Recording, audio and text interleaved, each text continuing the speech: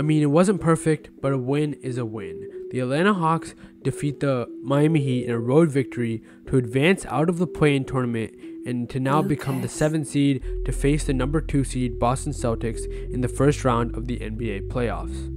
Let's talk about this victory for the Hawks and how they were able to defeat a Heat team who had really had their number for the past couple years and who had really been able to shut down Trae Young, as we'd seen in last year's playoff series where the Heat beat the Hawks in 5 games when the Heat were the 1 seed and the Hawks were the 8 seed. So for starters, Miami is one of the most intense and great defensive teams in the entire NBA. They're scrappy, they claw back, and they keep games close no matter how good it was, and we saw that with the Hawks game today when the Hawks were up by about 20 and the Heat clawed back to 5, and in the end it ended up being around a 10-point game. So this is what makes the Heat really good, and it's their ability to stay in these games or even come back in these games, and a lot of that is because of the play of Jimmy Butler.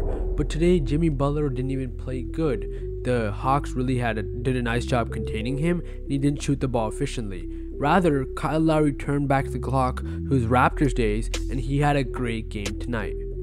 Lowry finished the night with 33 points, and that's a positive sign for the Heat. Lowry really hasn't been himself as a member of the Heat, and that's because of a various number of injuries and also because of aging and other issues. So to see him perform like this and drop 33 points in a very important play-in game is a positive sign for the Heat going forward.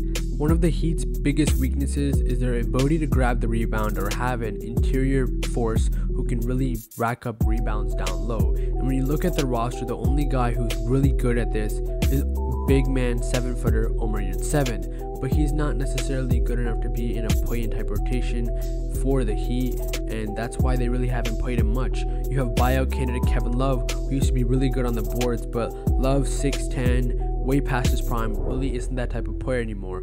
Other big men on this roster you have is like Orlando Robinson.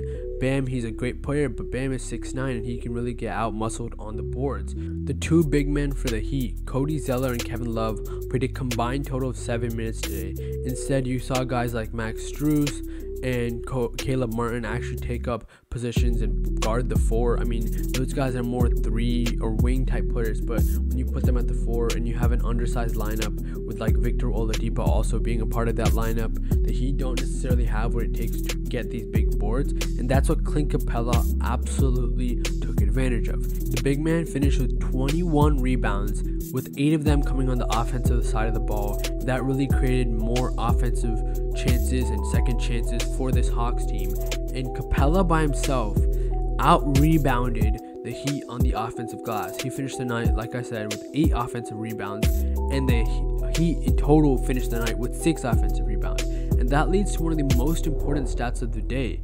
The Heat finished with only 6 second chance points compared to the Hawks' 26, and this has to do with the play of these 2 main big men, Clint Capella as well as bench guy Onyeka Okongwu. With these 2 men bringing their physicality, and these 2 guys are able to really get down low, get these boards, and get second chances for this team. Trae Young can now score better on this team, and you have more looks, and that's why the Hawks were able to pull away a victory in what was still a close game for a Heat team was not playing up to standard.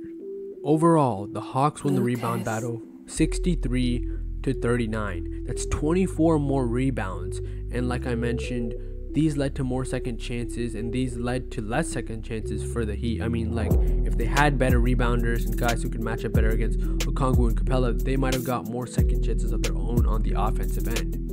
But let's talk about what happens next for these teams.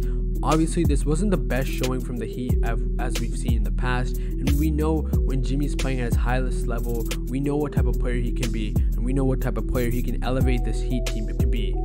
So the Heat now are going to take on the winner of the 9-10 Raptors versus Bulls match, and the winner of the Heat versus the winner of that game becomes the 8th seed and will go on to face the Milwaukee Bucks. The Heat have a bunch of history with the Bucks, knocking them out in their finals run, but the Bucks swept them on their way to a championship. So those teams have matched up in the past.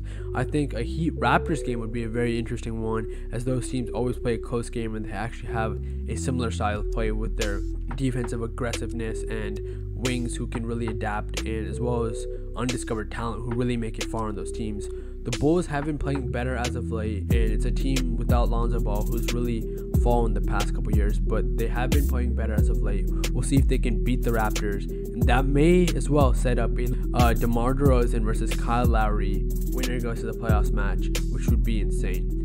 As for the Hawks, they do go up against now the number 2 seed Boston Celtics, and one thing is that they won't have the advantage that they did today against the Heat. Capella is going to be going up against much more able big men like Al Horford, Robert Williams, and these guys are great on the glass and also great defensive centers. So Capella will not be able to establish the advantage that he had today in the Heat game. As well, the Celtics are one of the best NBA's defensive teams, as well as they have a pretty big rotation. So guys like Peyton Pritchard, who rarely play, come in and get a triple-double. So I think the Celtics are well equipped against the Hawks in this series, and they can really put on Jaylen Brown or Jason Tatum or one of their best defenders to really slow down and minimize the damage Trae Young can do to your offense with his barrage of threes. The DeJounte Murray trade has been looking good for the Hawks so far. He's been able to provide a good blend of scoring, facilitating, and defense. So if he does step it up in the Celtics series, we could be in for a closer series than we imagined. But the Celtics team is a dangerous team, and I think they have what it takes to go far and pretty much beat everyone in this Eastern Conference other than really the Bucks, and that could be a close series as well. So I think the Hawks are going to run into a bit of trouble in that first round against the Celtics, but it still will be an exciting series, and we'll see if Trae Young and the Hawks can pull it off.